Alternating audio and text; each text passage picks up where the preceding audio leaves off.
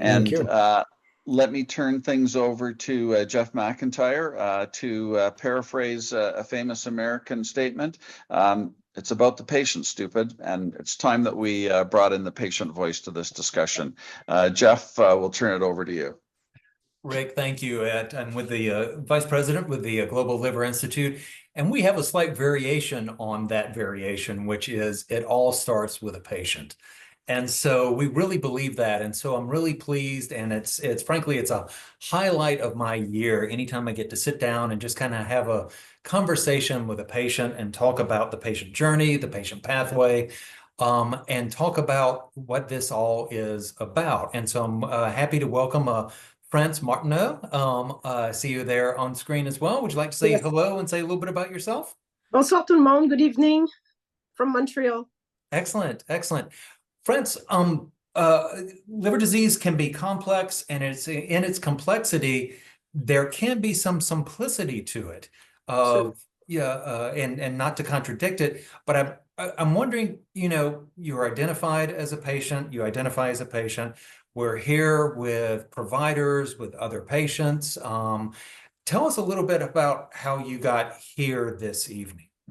Okay, so first of all, I have to say that I'm not the typical patient because I'm also an hepatology nurse at McGill University Health Center in Montreal for the past 4 years. So I'm living literally every day with liver disease because I'm taking care of patients myself, but I do have fatty liver for about 10 years now. And my journey as patient, I would say, started about sorry, I'm kind of nervous. First time I have to share my own story with such a broad audience. So the first mention in my life of fatty liver was in 2015 when I had a CT scan for a diverticulitis problem. And back then I was like, okay, I have fatty liver, but I was working in transplant also. And every time I was coordinating a donor for organ donation for my patient, I heard surgeons saying, no, we cannot take the liver from this donor because the liver is too fatty. And I was like, oh, does it mean that if I become a donor myself, I cannot donate my liver because it's too fatty? And I was asking myself, France, you're a bit chubby, but you're not obese. My BMI back then was 25, was not drinking alcohol, like more than 1 glass of wine per week. And you're cooking, you're baking from scratch, you're not overeating. Why do you have fatty liver? And I never really understood where the problem was from or what's the culprit in my situation. And in 2019, one of our hepatologists, Dr. Wong, gave an in-service on liver steatosis to the transplant coordinator. And then he started to tell us about what is liver fibrosis associated with liver disease, and to be careful because we can become cirrhotic if we don't pay attention to it. And I'm like, oh, is it what's going to happen to me further down in the future in my life? So I approached him and he said, okay, we're going to do just a CT scan. Sorry, not a CT scan, but a fibro scan. So we did a fibro scan, and back then, of course, severe steatosis. My KPA was 7, I believe. And he said, okay, maybe you can try to be more active or lose weight or etc. So as you can see, my hair is pretty gray. So I'm at the period of my life where losing weight is kind of difficult. And but then pandemic arrived. And for some reason, I had to quit transplant. It was too stressful for me. And I had a period, I had to take a break from work, and I bought a dog. So that now you don't have any choice to go walk on a daily basis because that puppy needs to walk. So started to walk with her, and then I joined the hepatology team in December, 1st of December 2020. And Dr. Wong continued to follow me. We did blood tests. My enzymes are perfect. I'm not diabetic. My A1C is 5.6. I don't have cholesterol. I was still drinking about a glass or two of wine per week. And over this year, 2024, so I have a sister who's really sick. She's has terminal cancer right now. And over the last year, I was having more and more migraine with the glass of wine I was trying to enjoy on the Friday or Saturday night. And then I stopped drinking alcohol because of migraine. And I continue to walk on a daily basis, pay attention to what I was eating. And so far, I have to say, I feel good. You know, fatty liver is silent. You don't really have symptoms from it. And over the last month, I'm off work again because of my sister, but I walk on a daily basis, almost 15 kilometers per week with the puppy.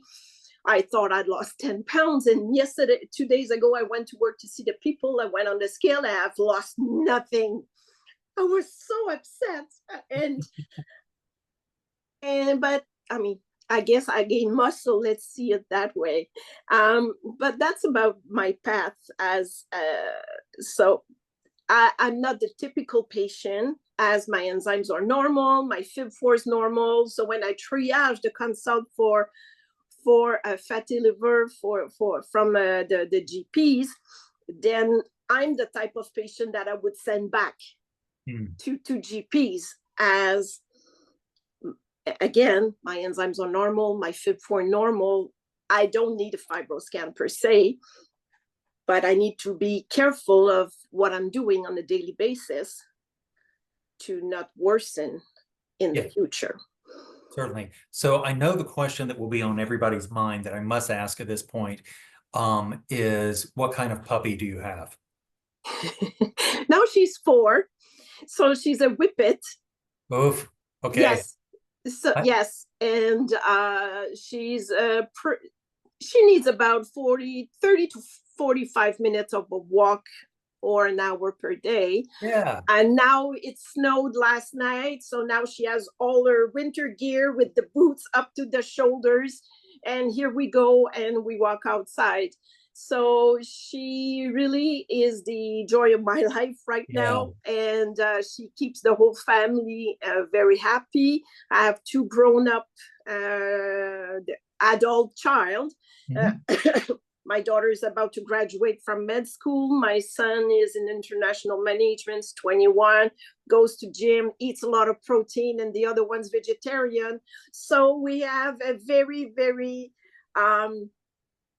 various variety of food at home, because I have to cook almost all the time 2 meals, one a veggie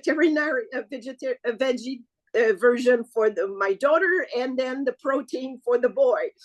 So, but so let me ask this: you are, there's also a saying of, if you've met one fatty liver patient, you've met one fatty liver patient. That so many of the experiences do not translate to others; that they're always unique circumstances. You're one of the first hepatology nurses, though, that I've spoken with. And so that's a really interesting perspective on this.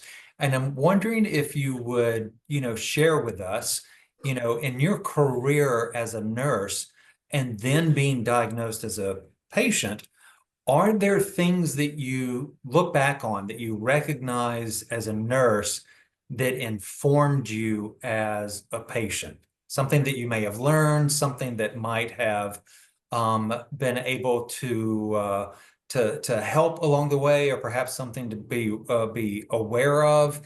Tell me about the relationship between those two people.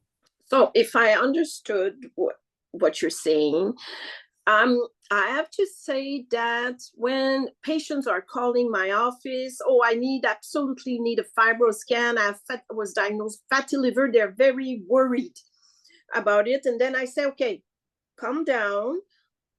if you allow me, I'm going to look at your blood test, or we're going to calculate your FIB4. And then I say, okay, calm down. I do have fatty liver too. And I'm very open to my patient about it. I said, let's start by the beginning.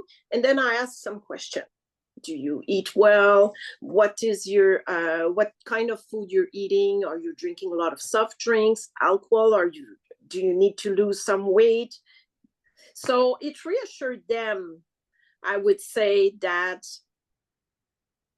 having a condition myself and taking care of liver patient, that it's reassuring them. But on the other side, I have to add that I don't, not really involved with the fatty liver patient at the beginning of the disease, Right. because my clinical duties are more towards the patients with cirrhosis and advanced cirrhosis and other type of liver disease. So it's when I am in contact with the early stage patient, it's reassuring them. Let's modify what you eat. Let's exercise a little bit more. Let's check your blood work in a year. And then we can see if you're worsening or if you're better. And maybe you don't need that FibroScan right now. And there is things that you can do to modify your condition and to prevent it to worsen in the future. So we've talked about these we all contain multitudes, and that these two people, you as a advanced healthcare provider, a hepatology nurse, you as a fatty liver patient, but you have also revealed that you are a caregiver, that you are a parent as well. I'm wondering if you can talk about what are the challenges that you face. You know, I think people often think that patients can be in a vacuum and I'm just going to have the time to do the things to take care of myself. What are the challenges that you feel like when these, at the least these four people, the caregiver, the parent, the patient, the hepatology nurse, when they all get together, which they do every day with you, what are doesn't leave much time to take care of myself. Yeah, what are the main challenges that you face in that balancing act? Finding time for myself. Yeah, really. And how do you address that? So maybe thankfully, but my dog doesn't want to walk with anybody else than me. So I have to be there for her to walk. So I bring the kids with me, but often I'm alone. But often I grab my son, okay, let's go for a walk. And they come and we have a good mom-son chats. But I would say the real time I take for me to be more active is the walk with my pup. So otherwise, I don't go to the gym. I can't. I don't go swim. I have to say, in the past, because I'm more active now than I was 4 years ago, that I was a marathon, not runner, but rocking chair person. So, but I feel better now because I'm walking more, and gives me the opportunity to go outside and breathe some fresh air. And I have to say, the other thing that made me take care of myself was changing job. By leaving transplant to join the extraordinary pathology team that I have at McGill, including Dr. Sebastiani, that I know she's listening right now. So that helped me a lot in terms of taking care of myself. Was changing job 4 years ago, and we're having right now very difficult time with the extended family. As I said a few minutes ago, my sister is at the end of her life with a very malignant cancer, and by taking some time off to address the difficulties that I was going through and accepting her future passing was another example of taking care of myself, that I had to stop work because I couldn't concentrate. Now, walking daily, going outside, seeing the daylight, and try to eat as my appetite was gone.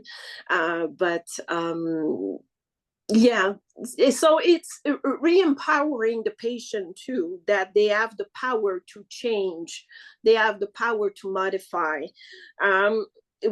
We have a population at the clinic that sometimes is low income and poor social, from a very low social. Sorry, I'm losing my English at this time of the day. They have social difficulties, low income, and since pandemic, the prices of food in Canada have gone up so bad. To eat well is almost impossible if you don't have certain income per year, or they need access to food bank, and having access to fresh food sometimes is very difficult for many of our patients. And we have a population that comes from up north also, so the native, we have a very big population from the Cree, and for them too, it's very difficult to have access to fresh food, and it's very expensive, and changing their habits and keeping their culture at the same time. Wow. It's a challenge too. So it's so let me I have one last question that I want to ask you here, but foremost I want to extend our sympathy and our empathy for the challenge that you're facing with your sister now, and the balancing act of of patient caregiver, of parent provider. Any one of those things is and can be overwhelming at any time, and so I want to try to draw out one thing here at the end for our last question, which is, all things considering, as a patient, as all of the roles that you fulfill right now, and you definitely have some challenges in front of you, what is something that gives you hope going forward? So, as having been diagnosed, what is something that gives you hope, that you feel like you can focus on, that you can remember? What is that point of gratitude you feel like that gives you motivation for the next steps? As a patient or as a healthcare? As France Martineau?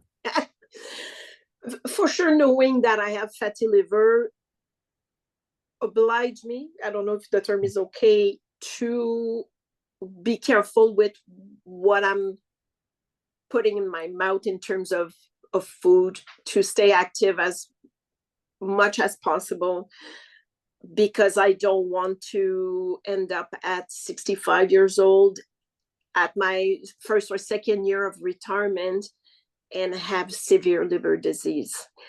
I don't want that, and I thank you to recognize the difficulties we have with my sister, but that's a wake-up call. That she has 48 years old and she won't see the future. And now I have for my family to take care of myself, to be there and continue to take care of them, and to enjoy them later on in my life as well. I didn't really want to bring that point to tonight, but I think that it proves also my patient that as healthcare healthcare giver, we are human. We have our difficulties, and it's good to them to see that we're not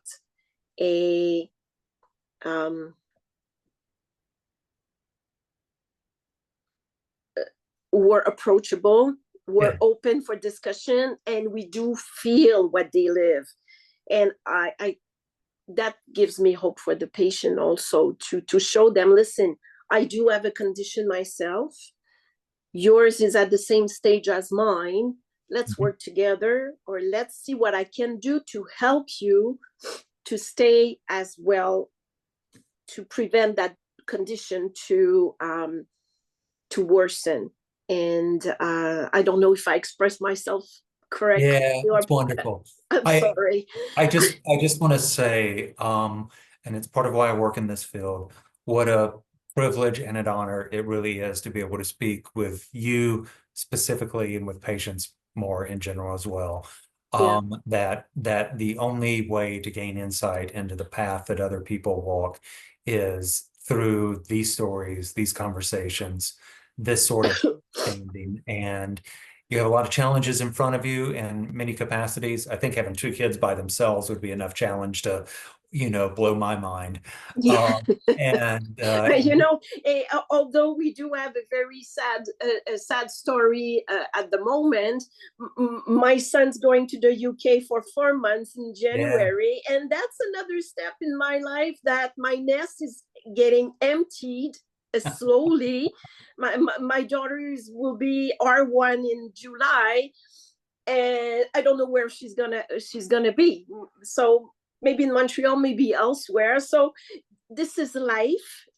We have to help our patient to make sure that they can enjoy their life as long as possible and enjoy their kids as long as possible. Excellent. And for my kids, if I want to enjoy them, I have to take care of my liver. And Understood. yeah, and in my spirit too. So I want to thank you so much. You have the love and support of the liver community behind you. I hope this is not our last time speaking. If not, perhaps next time I'll do a real healthcare presentation and not being the one who share my experience as a patient, but I do probably have many things to say about liver disease and how to take care of patients. And wonderful. As my population is very broad, from 18 to 90. So yes. And I hope you will take a look at the comments of the I will. while we have done this. Meanwhile, that concludes our session for today. There's never enough time. And so I really appreciate this. France, thank you so much for your time and for your willingness and openness to share, especially in facing these immediate challenges as well. I'll quickly say, for more information on the Global Liver Institute, please go to globalliver.org. And I want to thank Michael and his organization so much for allowing us the opportunity to have this conversation. And most of all, France, thank you as well. Rick, back to you. Hey everyone, welcome back, and great to have that energy of our patient partner France. Just her story, very inspiring and really grounding us in the important work that we're doing at the front lines.